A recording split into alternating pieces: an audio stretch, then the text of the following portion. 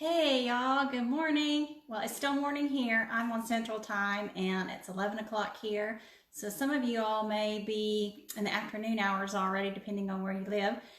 And I am coming to you today to talk a little bit more about sleep.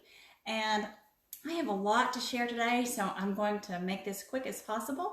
Since our Friday is a day that is going to be our wrap-up day, then I won't be doing a live show on Friday specifically about sleep. So I'm going to try to cram two things into today. Hey Lee, good morning, or good afternoon, depending on where you are.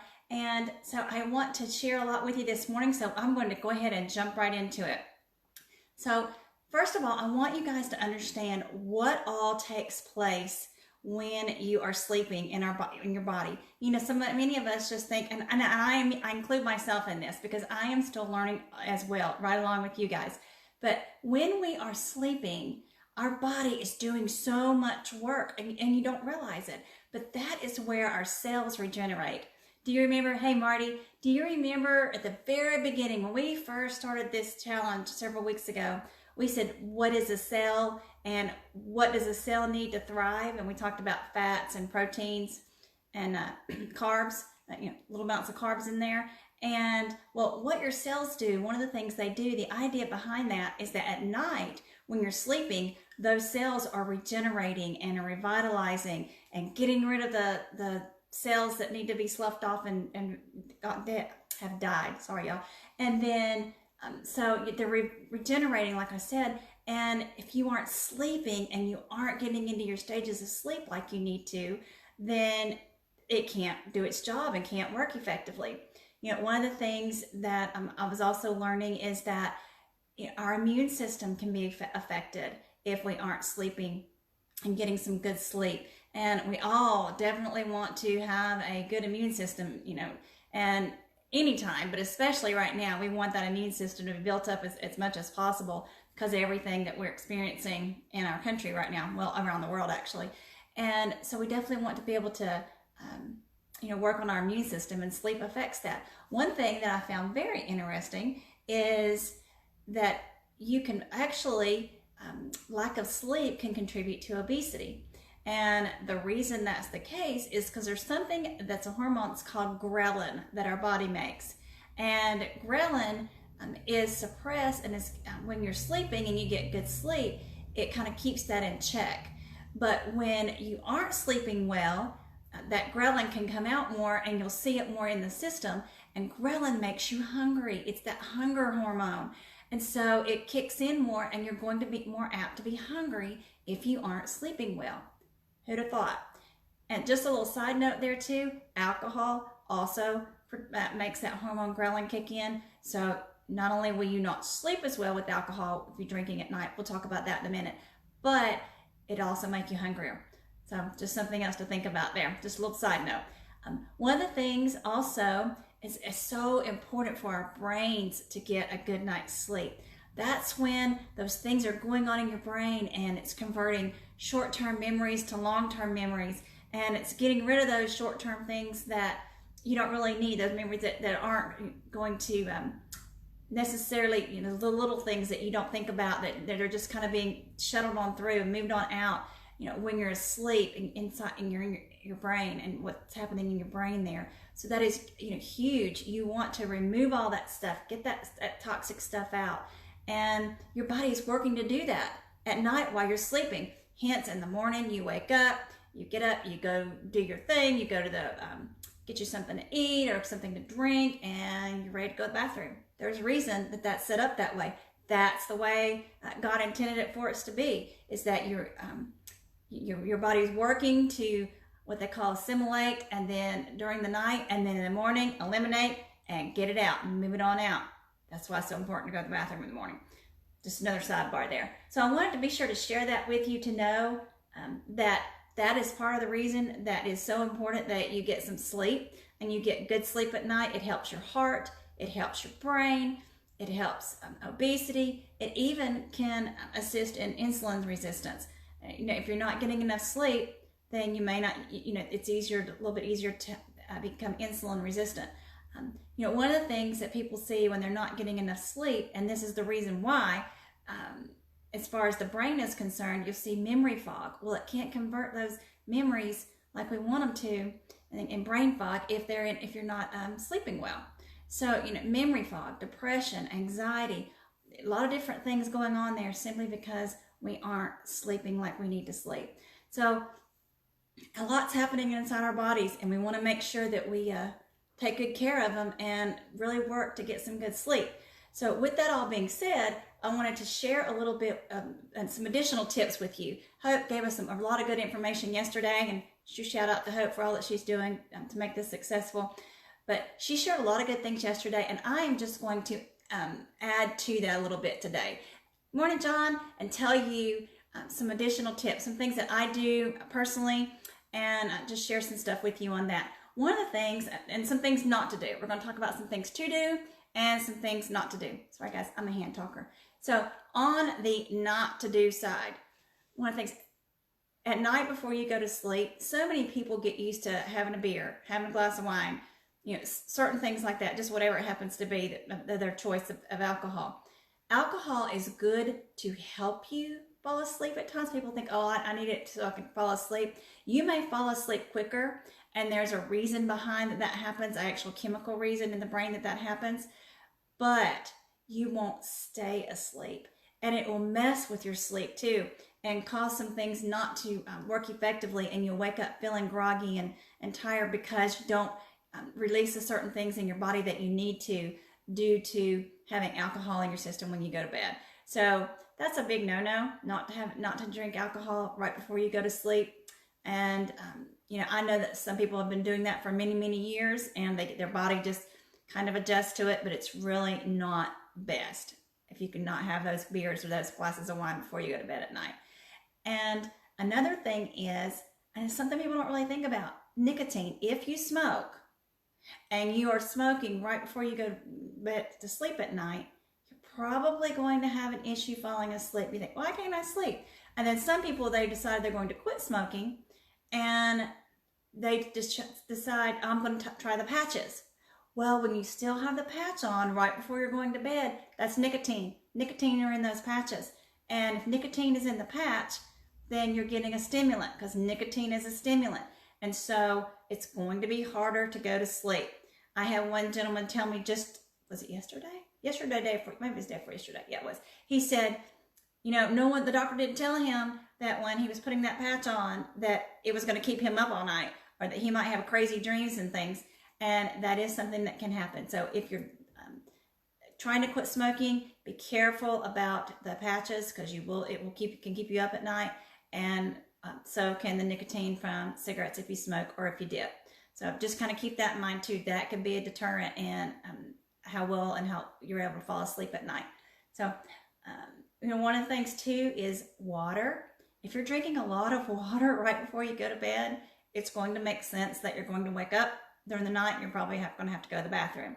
That's just one of those things, that, I'm not telling you not to drink water, because we're huge advocates of water, but that hour or two right before you go to bed is not the time to be thinking, oh, I didn't get my water in for the day. Hope and Julie said I need to be drinking X amount of bottles of water a day, and I didn't drink but a half a bottle. Don't chug a bottle of water right before you get ready to go to sleep, because that can affect whether you have to get up and go to the bathroom or not. The same is if you're eating foods. If you are eating foods that have a lot of water in them, several weeks ago we discussed foods that for every cup of food that you eat of certain foods, like celery and different fruits and things, a couple of different fruits and some vegetables that we have out there, that if you are eating a lot of those, then you're going to have issues you might have to get up and go to the bathroom during the night, because you've had so much water content right before you go to bed. So that's just something else to think about too. What was the other one I was going to tell you? Oh, there are some actual foods, a couple of foods that you may want to be cognizant of if you're eating late in the evening before you go to bed. Tomatoes is a big one. There's something in tomatoes, and I'll have to look it up. It's a hormone, and it actually stimulates your brain activity. And I don't remember the name of the hormone, but there's some hormone in tomatoes that can stimulate your brain. And, that's great in the morning or in the afternoon when you need that afternoon pick-me-up. Not so great when you're trying to go to sleep at night. So just keep that in mind. Tomatoes, that will be, so if you're eating things that have tomatoes in them, or tomato sauces, or like a spaghetti or something, which pasta is also going to be a carb, probably not the best thing to try to eat right before you go to bed, because that's also a thing that's going to cause your brain to go up and you're going to crash from the carb intake. But that's another thing that you can just be thinking about. Watch what you're eating, watch your foods, like tomatoes and things with high water content, celery and those sorts of things. And then some tips, some things that you can do. And I meant to bring mine up here and I did not. One of the things that I like to use to help me fall asleep at night is I use something called a weighted blanket. And it's just like it sounds. It's a blanket. I think mine weighs 12 or 15 pounds. Typically, you want something around 5 to 10% of your body weight is what they say, somewhere around in there. That's the general rule of thumb. I like a weighted blanket. They say it's similar to like just getting a hug, so to speak, and it just kind of sits on you and helps calm and relaxing. People have used them for a long time for anxiety, and just to calm you down, and for depression and things. We have a lot of things out there that, especially right now, that cause anxiety or cause us to feel anxious or to have a lot of stress on us. And this is a really good thing just to calm you down and chill you out before you go to sleep. Like I said, I like using mine. I have to say, this time of year, it's a little more difficult than it is in the wintertime when it's a lot colder, because we keep our house a lot colder, in the winter. And so that blanket can get kind of heavy and hot at night sometimes. So, but that is just a suggestion for you out there. And it's filled with little glass beads. It has little tiny glass beads in it, so that it just molds to your body and just kind of helps you settle down and relax. And it's on the same premise. I know years and years ago, there's a lot of, I don't know if you've ever heard of something called sensory processing issues. And this was used with a lot of kids and people that have sensory issues. My son being one of them, and would wear a weighted vest a lot when they were younger, and you'd leave it on for 30 minutes, take it off for a while, leave it on, and it's just a calming mechanism. And it really does work. I've seen it work wonders with people. And so that's one thing I wanted. It's just the way it's set up, and that it's called pressure. It's like a deep pressure sensation, kind of like getting a massage, but it's just that deep pressure on you. It releases those calming, feel-good hormones to where you just are able to go to sleep a little easier. So the weighted blanket, you can get those right off Amazon. I think they're about $40. Hope mentioned yesterday about the weighted eye mask. I personally have never tried a weighted eye mask, but I ordered one yesterday because I want to see how it works for me. And it's supposed to help with all kinds of things, such as migraines, and the acupressure works the same, with the same premise around the eyes, calming, sinus issues, headaches. So I'm going to try that and see, and I'll let you know. I'll touch base with you guys in a couple of weeks and let you know how that's working for me. And it's the eye mask, and you can get those on Amazon as well. It's just it's a pressure, it's like a weighted eye mask. And hey, Brian, good morning. And then, one of the other things that you can think about doing is a gratitude journal. Now, I know that sounds kind of cheesy to some of you, being a gratitude journal, but there is research out there that shows that if the brain cannot be focusing on things, whatever you're anxious about, the stress of the day, what you have going on tomorrow, different things like that, and what you're focusing on and being, as far as what you're grateful for at the same time. The brain can't do both at the same time. So if you are sitting down and you are taking 5 minutes before you go to bed, and you get your little paper and your notebook, I don't care if it's on a napkin, it doesn't matter to me. I would suggest maybe getting something and putting it right by your bed, so that you can't use the excuse of, I don't want to get up and reach across the other side of the truck to get it. Or if you're at home, I don't want to have to get up and go in the other room to get it. But keeping it right by the bed. So take 5 minutes a night. And not only will I feel like it will help you sleep better, if you just say, 3 things you're thankful for, 3 things you're grateful for. I am thankful that the truck ran well today and I didn't have any issues with the truck. I'm thankful that I have my health, that I'm still here. And I'm thankful that while this part of my body may not be working the way I want it to, thankful that I have 2 legs that I can climb up and down out of the truck, and I can move across the room, and I'm not, having to use a walker or having to use a wheelchair, whatever it happens to be. 3 things that you're thankful for. every day. And that will take your mind off of what's causing you to be anxious, which is going to keep that mind and brain rolling and rolling and rolling and making it difficult to go to sleep, and focusing on something positive and something that you're thankful for and you're grateful for. It's helped me. And I'm not asking you guys or suggesting things to you that I wouldn't be willing to do myself. And I'm saying put it by your bed because I have been guilty of actually saying, oh, I'm already in bed. I don't want to go in there and get that little journal. It's stuck in the living room or wherever. And so I've had to learn to put it right by the bed.